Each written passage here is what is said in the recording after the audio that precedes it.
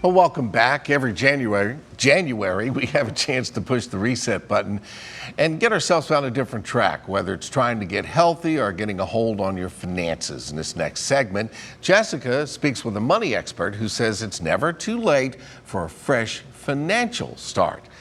Here's that conversation.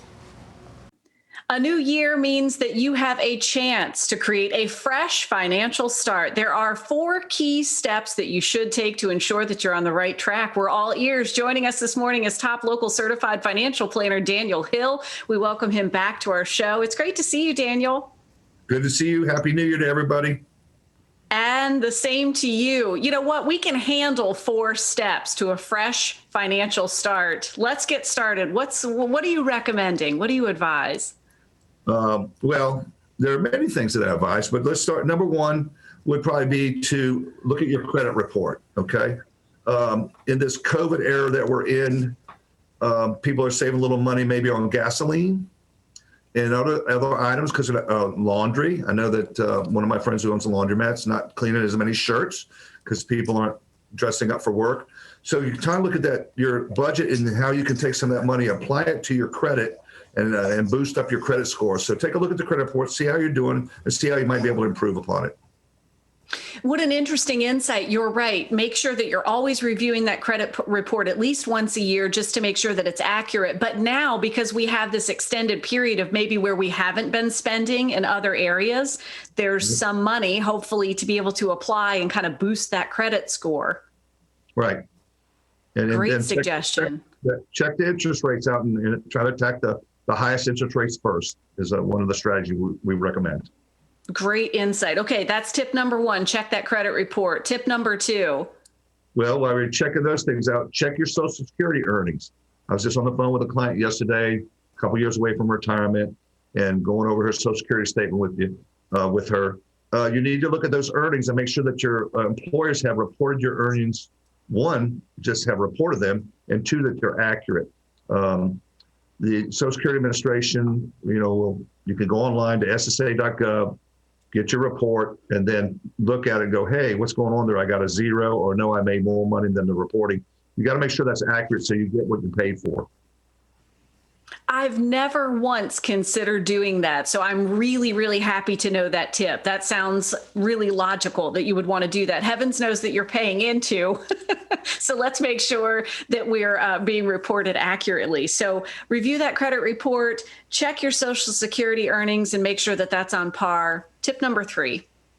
Tip number 3 would look at your estate planning stuff, your wills and your trusts, and do a beneficiary checkup. So every year when we do our annual reviews with our clients, we look at the wills, see if anything's changed in their life or their circumstance, and make sure that they have accurate beneficiary information in there.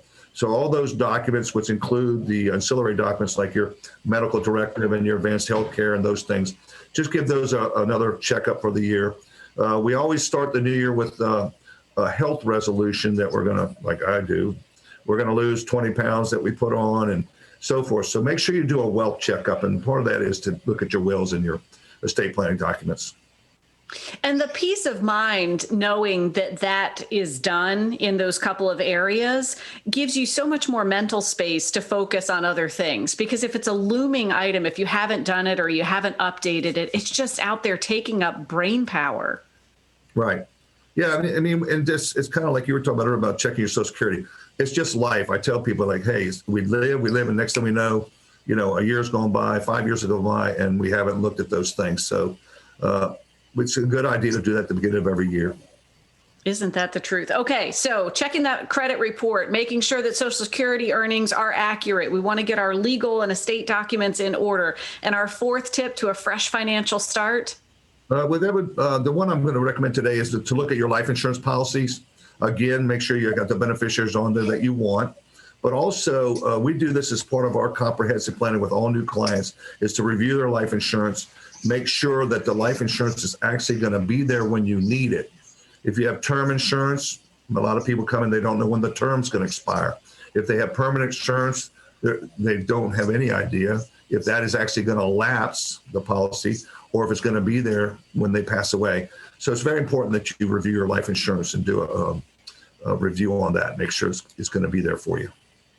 And maybe even before you start doing that review, you probably work with clients and have plenty of questions as to whether, do I need life insurance? That's a big part to evaluate as well.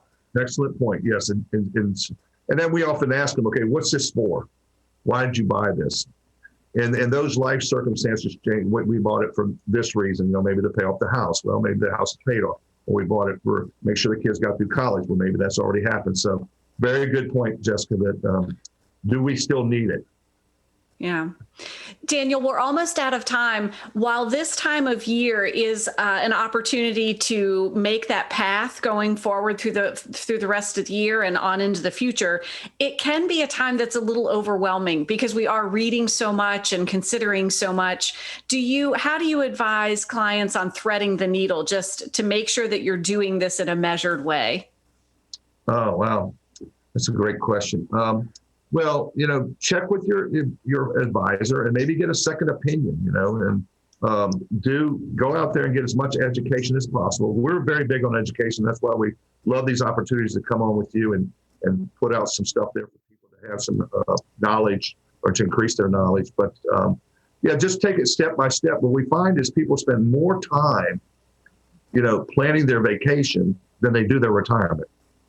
So just take it a step at a time. We call them take a baby steps, just little baby steps and we'll get you there. I'm planning one really big vacation in retirement. So it's all wound up together. So we'll get to planning and get this thing done. Daniel, thank you so much for the tips. We really appreciate it. Thank you, Jessica. Pleasure talking to you. A pleasure talking with you too. And we'll be sure to post more on our website today, WTVR.com/VTM by early this afternoon. So you can learn more about starting a financially fresh year in this new year. WTVR.com/VTM is the spot to go.